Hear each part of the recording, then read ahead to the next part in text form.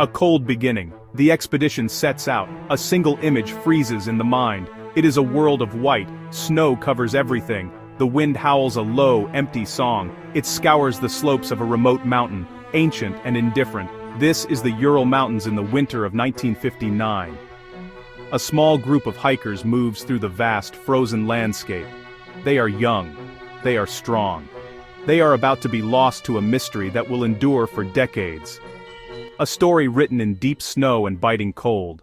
The last camp, a night on Kholat Shakal. The group's objective for the day had been ambitious, to cross the pass and make camp on the opposite side, closer to their ultimate goal, Mount Otterten. But the mountain had other plans. What was intended to be just another stop on their journey would become their final, silent resting place.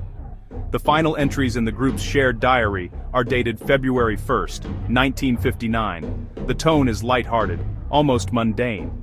They even produced a satirical newspaper they called the Evening Otterten, filled with in-jokes and good-natured humor. There is no hint of fear, no premonition of the horror that is about to unfold. The entries simply stop. That morning they began their ascent toward the pass that would later, tragically, bear Dyatlov's name. Then, the weather turned. The Urals are notorious for sudden, violent storms, and this was no exception. A blizzard moved in with breathtaking speed, unleashing powerful, gale-force winds and blinding snow.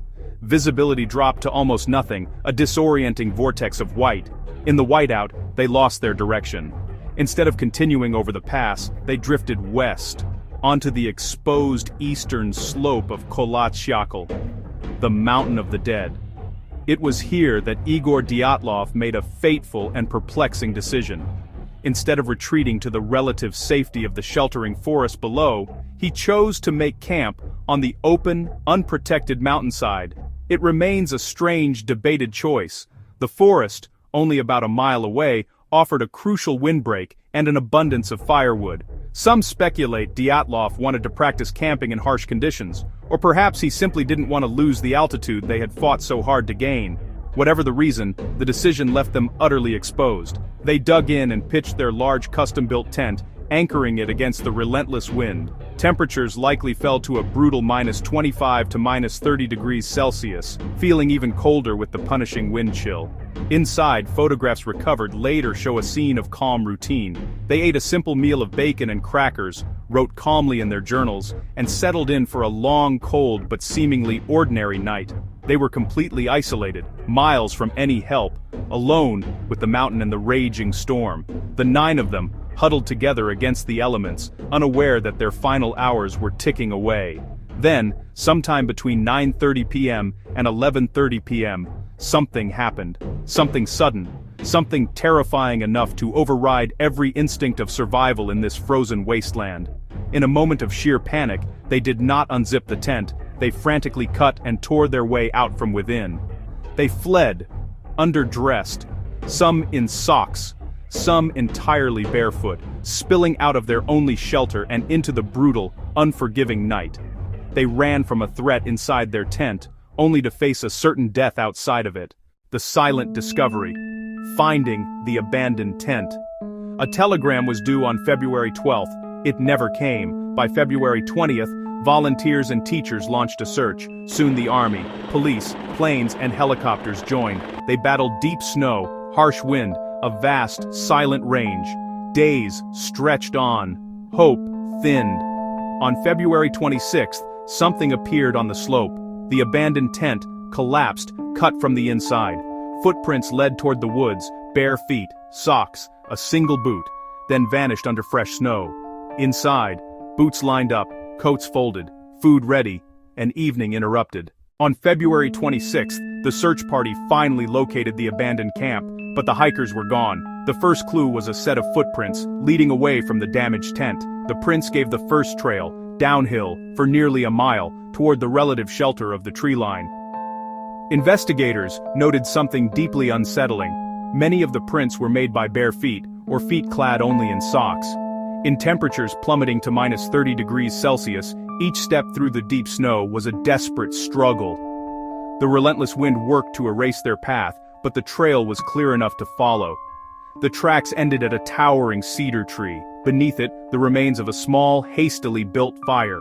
The snow was scorched, but the fire had clearly been insufficient. Branches on the cedar were broken up to 5 meters high, suggesting someone had frantically climbed it, perhaps to get their bearings, or to snap off dry wood.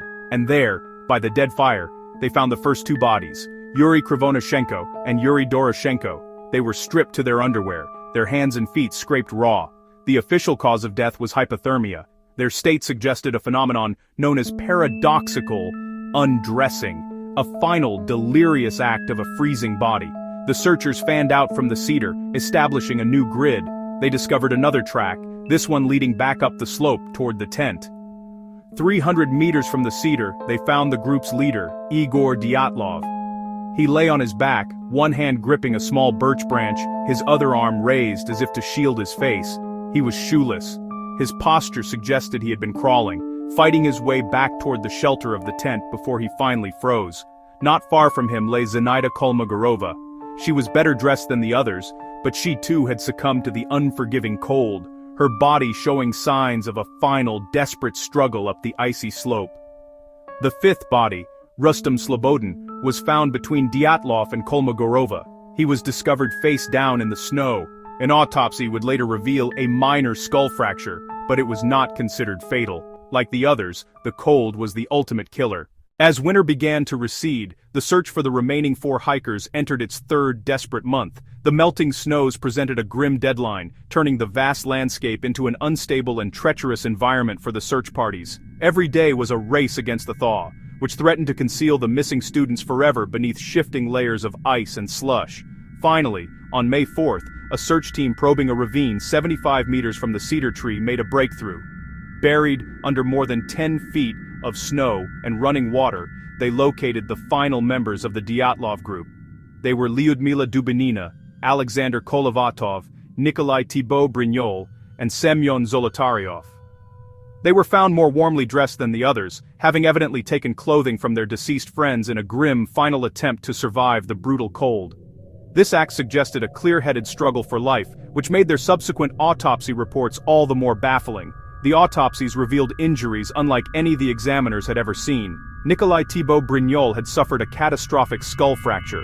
Lyudmila Dubinina and Semyon Zolotaryov had massive chest trauma, with numerous ribs fractured on both sides. The medical examiner, Dr. Boris Vozrojdeny, stated the force required to cause such damage was equivalent to the impact of a car crash. Crucially, he noted a complete lack of external soft tissue damage, ruling out a human attacker. Stranger still were the post-mortem injuries. Lyudmila was missing her tongue, eyes, and part of her upper lip. Semyon was missing his eyeballs. Investigators theorized this was the result of natural decay in scavenging animals, as their bodies lay in running water for weeks. To deepen the enigma, forensic tests revealed that 2 items of clothing, Kolovatov's sweater and Dubinina's trousers, showed significant levels of beta radiation. The source of this contamination has never been identified, adding another layer of high strangeness to the enduring mystery of Dyatlov Pass.